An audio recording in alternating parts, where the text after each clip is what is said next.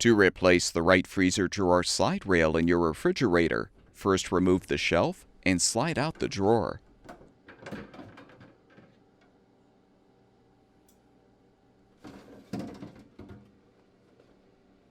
Use a 1/4-inch socket or nut driver to unthread the 2 mounting screws securing the slide rail.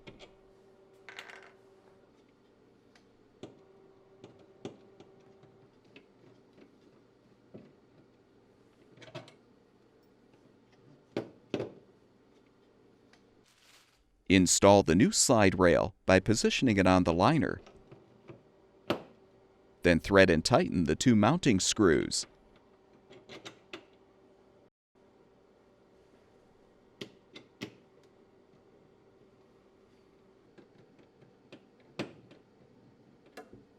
Slide the drawer into place and reposition the shelf.